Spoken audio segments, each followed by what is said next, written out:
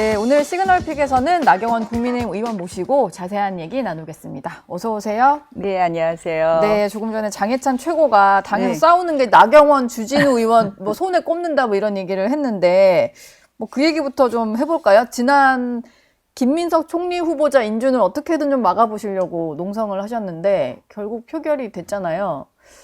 너무 무기력하다는 뭐 얘기도 많이 나와요. 그러니까 이제 두 가지 이유 때문에 농성을 했습니다. 첫 번째는 김민석 총리 후보자의 경우에 네. 우리 해도 너무했다는 생각이 들지 않습니까? 네. 저는 사실 역대 총리 후보자 중에서 이렇게 심한 후보자가 있었는가 이런 말을 할 수 있는데 네. 그런데도 이제 민주당이 인준 강행을 하는데 도대체 김민석 총리 후보의 문제점을 국민들이 아시질 못하더라고요. 왜냐하면 뭐 언론에 다른 기사가 너무 많으니까 그래서 이걸 좀 알리고 싶다는 게 있었고 또 하나는 인사의 무도함을 알리고 싶은 거고 또 네. 하나는 법사위원장을 끝끝내 고집했습니다. 저는 이 의회주의자로서 국회의 의회민주주의의 근간, 국회의장과 법사위원장을 반드시 나눠서 하고 네. 특히 법사위원장은 야당이 했던 거를 이들이 깨버리고 다 가진다는 거는 우리 야당은요 할 수 있는 무기가 하나도 없습니다. 법사위원장을 갖는다는 거는 뭡니까? 입법을 속도 내서 마음대로 할 수 있다는 거. 또 하나는 대통령 방탄이죠. 네. 사법 리스크 방탄인데 그래서 이것만은 어떻게든지 알리고 막아보고자 했는데요. 이제 그 메시지가 두려워서인지 뭐 메신저를 공격하라고 막 이제 공격을 했는데 어쨌든 저는 이 법사위원장 문제 네. 그리고 이 인준 동의안이 이렇게 도덕성을 넘어서 범죄 혐의가 있는데 통과한 부분에 대해서는 계속적으로 좀 문제 제기를 하려고 합니다. 알겠습니다. 근데 그게 김민석 후보자에 대해서는 언론들도 꽤 많이 인사검증 기사를 썼는데 사실 국민의힘의 어떤 내홍 상황이라고 해야 될까요? 뭐 이런 것 때문에 조금 더 힘이 안 실린 경향이 있는 것 같아요. 또 이 얘기를 또 안 여쭤볼 수가 없는데 어제 안철수 의원이 혁신위원장을 사퇴를 하면서 그냥 당대표 하겠다. 그러면서 또 당의 갈등 상황이 고스란히 좀 드러났거든요. 특히 뭐 대표적인 사례로 꼽은 게 인적 청산 문제입니다. 의원님은 좀 어떻게 보셨어요? 저는 사실은 안철수 의원님의 열정이라든지 뭐 진심을 좀 이해해주고는 싶지만 사실은 그 방법이 너무 미숙했다. 그리고 방법조차도 또 민주적이지 못하지 않았나 이런 생각을 합니다. 네. 우리 당의 이제 지금 말씀하신 것처럼 우리 당 내홍 기사로 가요. 예. 우리 당은 혁신해야 된다고 말합니다. 맞습니다. 혁신해야 되는데 전 두 가지라고 봅니다. 혁신의 가장 중요한 거는 하나는 이 패배감, 무력감에서 깨어나서 야당으로서의 역할을 제대로 하는 것. 네. 그러니까 야당으로서의 일종의 투쟁력을 보여주는 것이고 또 하나는 그동안 누적된 우리 당의 여러 가지 문제는 바로 당의 비민주성이에요. 그러니까 당이 네. 뭐 어떤 일이든 민주적으로 해결하지 못했던 거예요.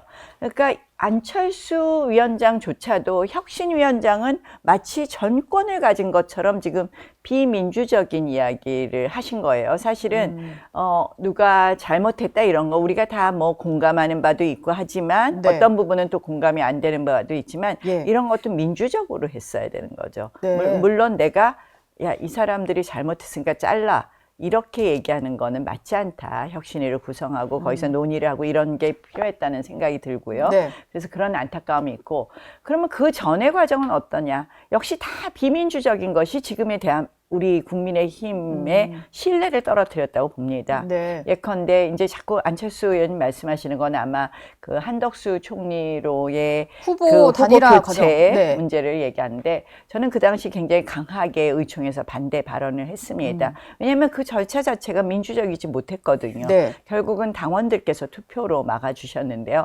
이런 지금 우리 당의 언제부터인가 이상한 비민주적인 문화가 지금 고착화되어 있습니다. 네. 이거를 회복하고 이것을 고치는 것이 저는 우리 당 개혁의 핵심이라고 생각을 하는데 네. 누구든 힘이 있는 자리에 가면 전부 다 그 권력을 그동안 비민주적으로 행사해 왔다. 근데 그걸 그렇다고 해서 예. 너는 잘했니 안 했니 하고 이렇게 얘기할 때는 아니다. 우리가 네. 지금 그러한 것을 우리가 고쳐가는 것 자체도 민주적으로 하자라는 얘기를 하고 싶네요. 뭐 과거에 있었던 이제 대선 과정에 있었던 비민주적인 절차를 좀 문제 삼으면서 안철수 의원이 아무래도 이 쌍권이라고 대표되는 권영세, 권성동 두 의원 얘기를 한 것 같은데 그 얘기를 하는 안철수 의원의 그 발언 과정조차도 좀 비민주적이었다. 그러니까 예. 이 이제 그러니까 보니까 뭐 혁신위원도 왜 비대위에서 통과하냐 막 이런 말씀하셨는데 이게 예, 보니까 뭐 본인이 좀 상의하지 않은 사람이 들어갔다. 근데 이제 그 약간 조직과 이런 시스템의 일을 안 해보셔서 그러신 네. 것 같아요. 그래서 그래요? 당대표도 하셨고 기업도 운영을 하셨는데. 우리 당에서 그걸 안 해보셨고 국민의힘에서? 예. 비대위에서 그런 게 통과되어야 되고 뭐 이런 부분을 좀 절차를 모르셨던 거 아닌가 이런 생각이 들어서요. 네. 여러 가지로 또다시 우리 당의 그 불편한 부분을 노정시킨 것. 지금 이제 오늘 아침에 또 뭐 또 두 분이 쌍권이요? 예, 두 분께서 또 SNS 말씀하신 것 같은데요. 네. 그래서 국민 여러분께 송구하다는 말씀 드립니다. 그거 안 그래도 준비를 해왔는데 권영세 전 비대위원장이 예. 근데 사실 뭐 권영세 전 비대위원장은 김용태 전 비대위원장으로부터도 이제 당무감사 때 약간 공격을 받으니까 좀 입장을 올리셨었는데 어제는 많이 좀 불쾌하셨는지 자신의 이익 추구를 마치 공익인 양, 개혁인 양 포장하면서 당을 내분으로 몰아넣는 비열한 행태다. 이게 아무래도 이제 안철수 위원장이 혁신위는 관두겠다라고 하면서 전당대회 출마 선언한 거. 네. 예. 이거 근데 뭐 나경원 의원도 그렇고 당내 의원들 보시기엔 좀 어떻게 바라보셨나요? 그러니까 저는 너무 안타까운 거예요. 안철수 의원님이 맡으셔서 뭐 본인은 전당대회 안 나가겠다고 하셔서 좀 잘해주시면 하는 그런 기대를 했는데 결국은 이런 모양이 되고 네. 또 이제 권영세 위원장님은 섭섭하시니까 또 그렇게 말씀하시는데 이게 결국은 우리 당의 안 좋은 모습을 노정시키는 것이니까 그러니까 중진 의원들끼리 집안 싸움이니까요. 그러니까요. 이게. 권영세 위원장님 말씀도 또 어떻게 보면 지나친 거고 또 안철수 의원도 권영세 위원장 지적하신 것처럼 좀 어떻게 보면 좀 정직하지 않아 보이는 것 같기도 하고 이런 다 아쉬움이 있습니다. 그래서 저는 제가 사실은 처음부터 혁신이 하지 말으라고 송원석 대표한테 얘기했어요. 일단 첫 번째 본인 공약이라고 하겠다고 하는데 이 혁신이 자체도 민주적으로 돼야 되는데 혁신을 할 수 있는 사람은 전당대회에서 민주적 절차에 의해서 선출된 당대표가 하는 것이 맞다. 그래서 원내대표가 혁신을 하려면 이 원내 혁신만 해라. 당신은 비대위원장이라는 건 굉장히 한시적으로 전당대회만을 위한 조직인데 이 당을 다 뒤집어 엎을 혁신위를 한다는 건 맞지 않다.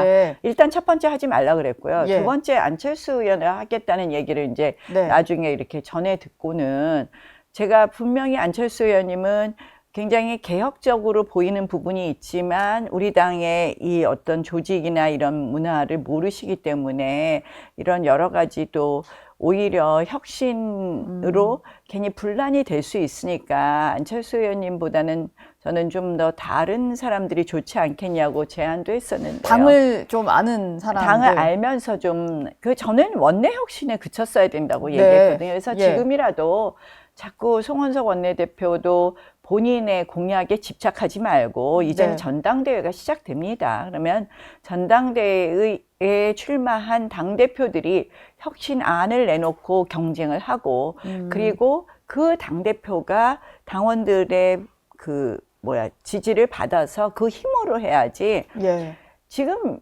혁신이라는 거 어쨌든 어떻게 보면은 소위 피를 흘리는 게 있는데 이 민주적 정당성 없이는 인정되지 않거든요. 그래서 저는 민주적 정당성 확보가 굉장히 중요하다. 그래서 지금 이 과정에서 뭐 지난번 김용태 위원장도 그렇고 안철수 의원님도 그렇고 그렇다고 해서 또 여기에 대한 권영세, 권성동 대표님 말씀도 그렇고 모두들 다 그냥 지금은 좀 자제하는 것이 맞다고 생각을 합니다.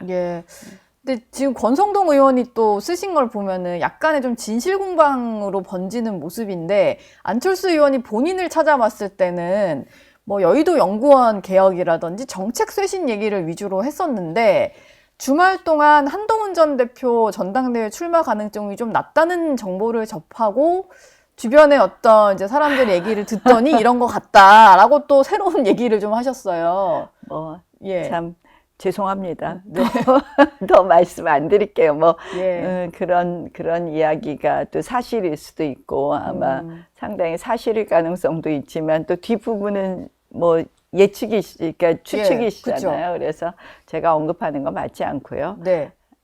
하여간에 제가 예견한 대로 안철수 혁신위원장을 하는 것은 아니었다. 네. 조금 예견된 예견된 수순이었다. 수순이었다고 보고요. 예. 근데 이제 두 분 권 대표님도 뭐 지금 다들 우리 말씀을 아끼는 게 좋지 않겠어요, 당내. 저조차도 지금 얘기하는 게 약간 양비론으로 말씀드리는 것처럼 보일 텐데요. 제가 하는 말도 좀 저는 언론의 기사화 안 됐으면 하는 그런 마음이에요. 그래요? 이게 맨날 기사화가 될것 같은데. 네. 당내에서 싸움질만 한다. 예. 니들 뭐 잘했다고 싸움질한다. 이런 얘기 듣지 않겠습니까? 네. 사실은 그래서 저는 지난주에 농성도 했었는데요. 제가 사실은 굉장히 뭐 남들은 어떻게 보실지 모르지만 저는 단식이나 뭐 이런 꼭 삭발을 해야 된다고 생각하지 않고 예. 정말 6박 7일 동안 꼬박이 그 자리를 지키는 것 자체로의 농성, 항의를 표시했던 것이고요. 제가 단독 농성은 처음 해봤습니다. 네. 늘 의원들과 함께 하거나 제가 원내대표일 때 의원들과 같이 결정해서 하거나 또는 다른 당 지도부가 결정된 한 농성에 참여했었는데 저는 사실 이 당이 굉장히 무력함에서 좀 벗어나야 된다는 생각을 했고 네. 그를 위한 농성을 선택했던 건데요. 6박 7일 농성하면서 우리 당의 미래에 대해서도 많이 걱정을 했습니다. 그리고 지금 현재 벌어지는 대한민국의 현실, 뭐 어제도 보세요. 조작 TF 만들지 않습니까? 네. 대한민국의 지금 모든 권력은 이재명 대통령 1인이 독점하고 있고 그 권력을 이들은 무도하게 쓰고 있는데 우리끼리 네가 맞니 내가 맞니 과거에 너가 잘했니 못했니 저는 과거를 해짓기 시작하면요 끝도 없다고 생각을 합니다. 네. 우리 대선 패배 책임하며 자 거슬러 올라가면 어디까지 가겠습니까? 저는 끝도 없다고 생각을 해서 예. 가급적이면 과거 해짓기는 좀 지양하자. 네. 지금부터 우리가 어떻게 혁신할 거냐 그거는 야당으로서의 역할을 똑바로 하는 거라고 생각을 합니다. 우리가 어떻게 바뀔 거냐 이걸 얘기를 해야 된다. 아까 잠깐 뭐 삭발 뭐 단식 이런 얘기 하셨는데 꽤 가까우신 걸로 아는데 김성태 전 의원이 뭐 특별히 그렇게 가깝지 않아요. 아, 그래요? 근데 또 그렇게 얘기를 하셔서 좀 서운하셨을 것 같기도 한데. 아유, 다 정치적인 이해관계로 말씀들 하시니까 그것도 또 언급하고 싶지 않습니다. 예, 알겠습니다. 듣다 보니까 저는 가장 궁금한 게요. 나경원 의원님의 어떤 그 야당과의 지금 좀 전투력 있게 싸우시는 모습? 그래서 그걸 보면서 출마 후보군으로 좀 넣는 분들이 계시고 출마할 것 같아 뭐 이런 얘기 하시는 분도 계셔요. 혹시 좀 전당대회에 대해서는 생각을 굳히신 게 있을까요? 저는 뭐 지금으로서는 전당대회에 대해서 그렇게 뭐 적극적인 검토를 하고 있지는 않습니다. 뭐 네. 아시다시피 이제 저라는 사람의 인지도라든지 국민적 지지도가 있기 때문에 늘 선거에는 늘 제 이름이 올라가게 되더라고요. 예. 그런데 뭐 아시다시피 뭐 국힘 지지층에서는 가장 최근 여론조사도 김문수 후보가 가장 앞서고 한동훈 후보하고 저하고 국힘 지지층에서는 거의 비슷하더라고요. 네. 그런데 지지도가 중요한 게 아니라 저는 지금 이 당을 누가 수습할 수 있느냐에 대해서 굉장히 사실은 고민하고 있습니다. 네. 어떻게 해야지 이렇게 혼란스러운 당을 누가 강력한 이런 민주적 리더십으로 이것을 하나로 만들 수 있느냐. 예. 저는 가장 핵심 중에 하나는 하나로 만드는 게 먼저 핵심이라고 생각하거든요. 당을 하나로 만드는 거. 왜냐하면 지금 이렇게 분열하고 맨날 우리끼리 니 탓 내 탓하고 과거에 너가 잘했네, 네가 잘했네, 친윤이 어떠네, 친한이 어떠네, 구주류가 어떠네 막 이러고 싸우기 시작하면 네. 이 끝도 없거든요. 예. 이걸 하나로 만들 수 있는 사람은 누구일까? 그 방법은 누구일까? 그 구조는 어떻게 될까? 그런 고민을 하고 그 속에서 내 역할이 있느냐 없느냐 정도 판단하는 거라서 내가 이걸 해서 이렇게 바꿔야지 이런 생각보다는 지금 그 생각이 많고요. 그 고민 속에서는 사실은 꼭 예. 내가 꼭 답이어야 되느냐? 네. 그 부분에 대해서는 조금 저 스스로도 그렇게 생각하는 것보다는 좀 남이 답이 될 수 있는 건 아닌가 이런 생각 많이 하고 있습니다. 아직은 다른 좀 사람이. 고민을 많이 하고 계시는군요. 김대식 비대위원 같은 경우는 지난 대선 때 이제 김문수, 한동훈 전 대표 두 분이 일단 좀 출마 후보군으로 얘기가 나오니까, 두 전 후보는 출마하지 않았으면 좋겠다 이런 얘기를 좀 공개적으로 하셨거든요. 그런 주장을 네. 하시는 분들도 있죠. 또다시 어게인이냐, 뭐 이런 예. 얘기를 하는 분도 있는데요. 여러 가지 방법 중에 하나라고 생각을 합니다. 네. 저는 이번에 누가 당대표가 되든 이 분열된 당을 하나로 만들어야 되거든요. 네. 그 방법은 어떤 방법이 있을까? 저는 사실은 좀 우리 당이 이 당의 질서, 기강 이런 거를 다시 다잡는 것부터도 시작이 되어야 된다고 생각을 하고요. 네. 그런 걸 과연 누가 잘할 수 있느냐 이런 생각도 해봅니다. 그런 고민들을 하고 계시는군요. 네. 여당 얘기를 좀 해보겠습니다. 지금 김민석 총리 후보자, 총리죠. 김민석 총리는 인준 표결에서 이제 국민의힘 없이 네. 표결에서 통과가 돼서 총리 일정을 하고 있고, 지금 나머지 후보자들 청문회도 줄줄이 잡혀 있는데, 배경훈 후보자 같은 경우는 증인과 참고인이 없는 청문회라고 하고요. 지금 웬만한 후보자들이 똑같이 얘기를 하는 게 청문회 때 소명하겠다 이런 거거든요. 그러니까 김민석 총리 후보자한테 배운 거죠. 김민석 총리한테 버티면 되는구나. 조금 실질적으로 굉장히 무도하고 굉장히 아나무인이죠. 네. 그래서 버티면 됩니다입니다. 자료 안 내죠. 뭐 각종 의혹에 대해서 청문회 때 답하겠다고 그냥 넘어가죠. 그러니까 하루만 버티자거든요. 예.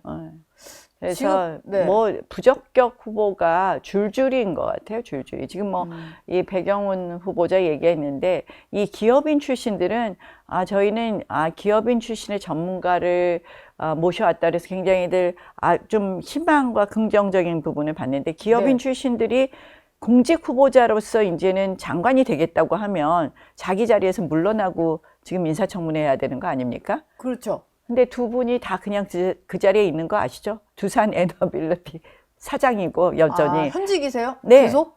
그 현직이라는 게 말이 됩니까? 예. 그러면 공직을 하고 싶으면 그만두고 해야죠.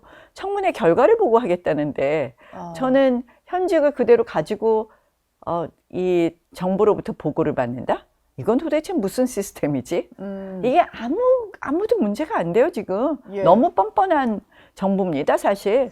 대통령이 그러니까 뭐 민물이 그러니까 아랫물도 뭐 하다라고 지금 막 붙어 있던데 예. 정말 뻔뻔한 거, 정말 후한무치한 것 같아요. 이게 업무 보고들을 봤는데 업무 보고를 봤는데 지금 그 사람들은 기업인이. 사장이고 원장이에요. LG 원장이고 두산 사장입니다. 네, 그런 그게 분들이 맞을까요? 정보를 이제 아니 보고를 본인이 받고 있는 공직을 수락했으면 그 자리에서 그만뒀어야죠. 거군요. 예. 그만두면서 후보자가 돼야 되는 거 아닙니까? 네. 그게 일반적으로 상식적이지 않나요?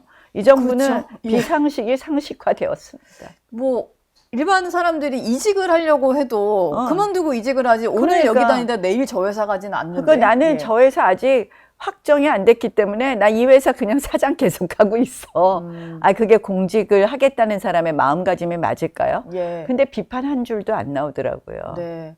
저는 오늘 알게 됐네요. 그러니까 왜냐하면 너무 많은 이슈들. 네. 지금 이들이 동시다발적으로 지금 대한민국을 접수하고 있잖아요. 세 가지 아닙니까? 예. 인사, 그 다음에 각종 법안, 그리고 특검입니다. 네. 특검 뉴스 계속 나오죠. 그쵸. 특검 뉴스 써야죠. 그 특검 뉴스 알기 바쁘죠. 네. 인사는 와르르 쏟아놓고선 그들의 의혹이 정말 뭐 이루 말할 수 없죠. 거의 다 무슨 농지 경작에다가 뭐 불법 전대에다가 뭐 아이들을 병역 문제는 뭐 갑자기 네. 다 이상하고 음란물 유포혐의 음란물 벌금형 유포혐의 선고도 있고. 벌금형도 있고 뭐 수도 없는 많은 의혹들이 있는데 이 인사 자료 안 내고 증인 채택 안 하고 그냥 네. 뭉개고 버티자. 예. 한 명도 나고자 없다 그러잖아요. 네. 낙마자 없다. 벌써부터 자, 논문 그런 얘기를 표절은 하죠. 70% 제자 논문 갖다 쓴 사람들 그냥 합니다.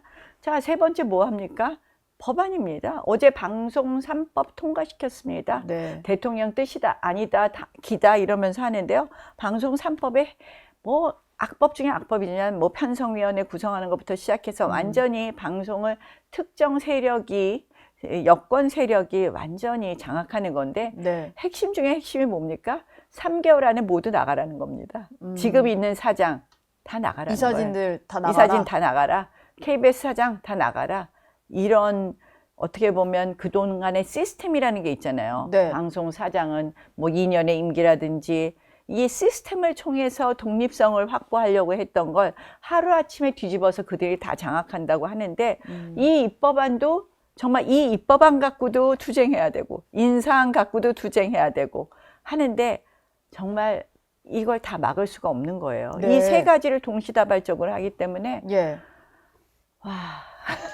근데 그러니까 근데 우리 당은 안에서 혁신이라는 이름으로 싸우고 있어요. 그래서 네. 저는 사실은 언론도 그만 혁신 얘기하시고 전당대회 지켜봐 주시고요.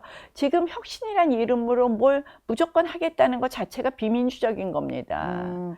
그래서 제대로 혁신할 사람이 전당대회 전당대회 대표가 당대표가 돼서 돼야 돼요. 예, 하면 될 것 근데 같고 참 그것도 걱정이죠. 지금 하신다는 전당대회 분들도 과정도 좀 걱정이시죠? 걱정이에요. 전당대회 예. 이 어느 당대표가 정말 이 당의 정체성과 기강을 새로 잡고 우리 야당으로서의 투쟁력을 확보해서 잘못된 거는 우리가 확실하게 투쟁해서 잡아내고 네. 그다음에 우리 당의 비전을 만들어 갈 것이니까 이거를 누가 잘하실 수 있을까 저도 좀 곰곰하게 생각 좀 해봐야 되겠습니다. 예.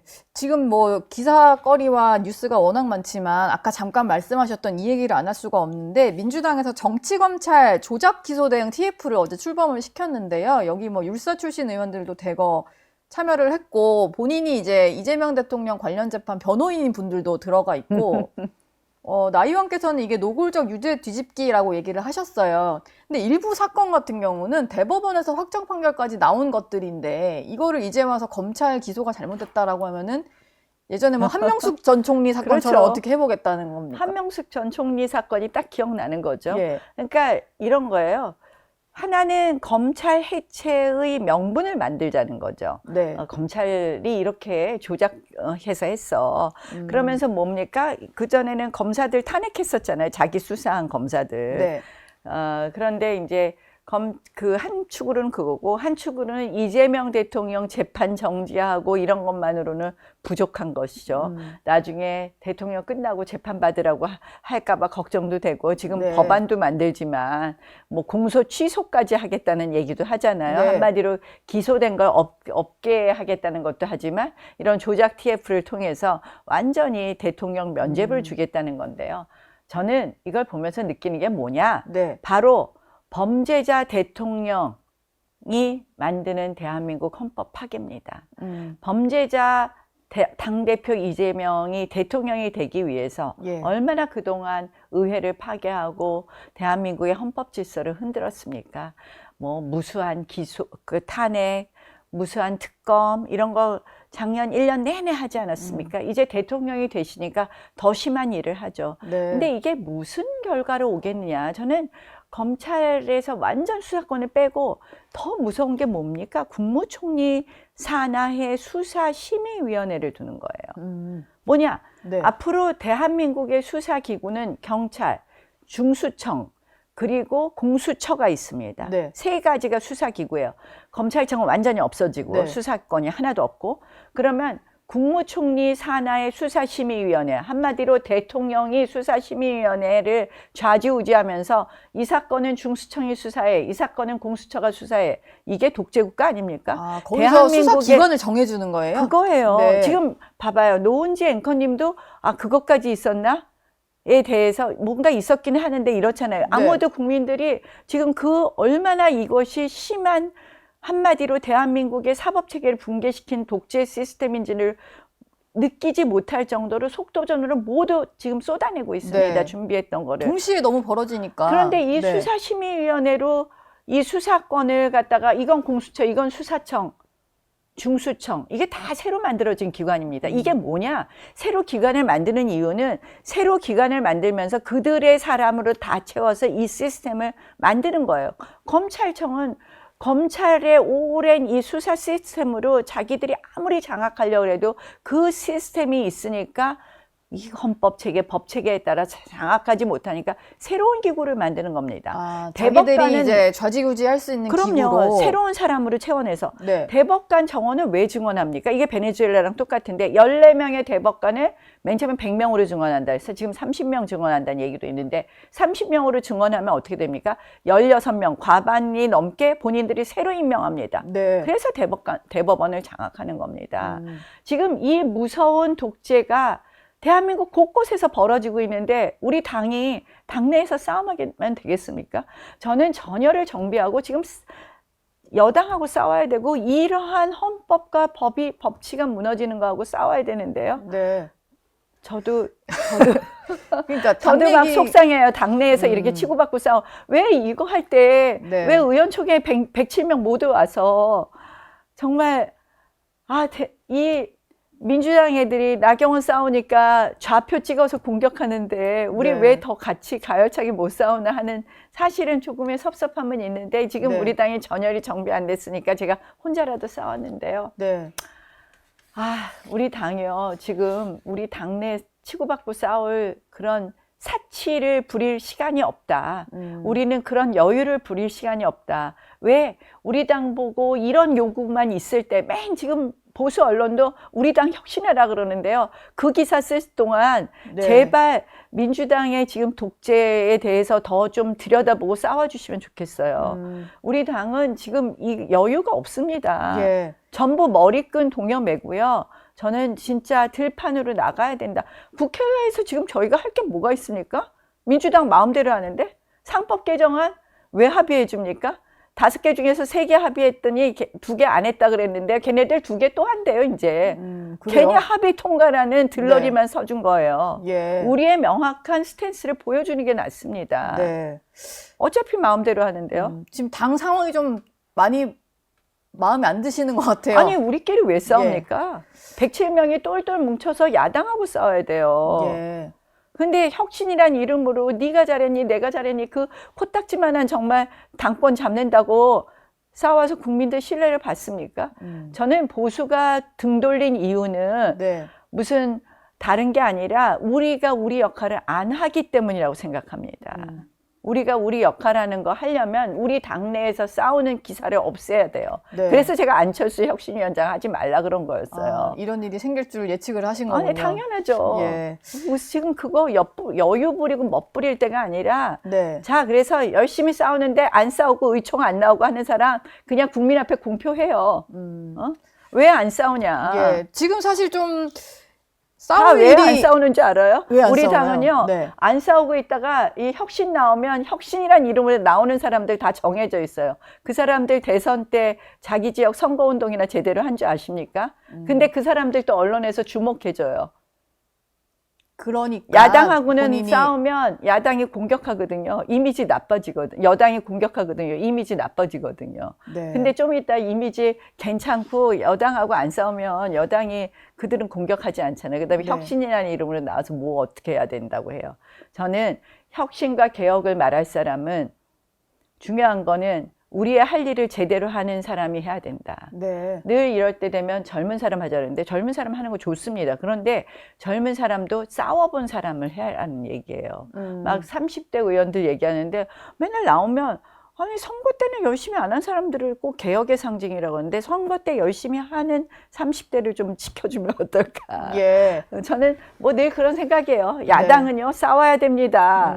그런데 우리 당의 개혁은 민주성의 회복이고 네. 딱 답은 정해져 있어요. 왜 권력을 가진 사람들이 좌지우지합니까? 어느 세력도 좌지우지해서는 안 된다고 생각합니다. 네.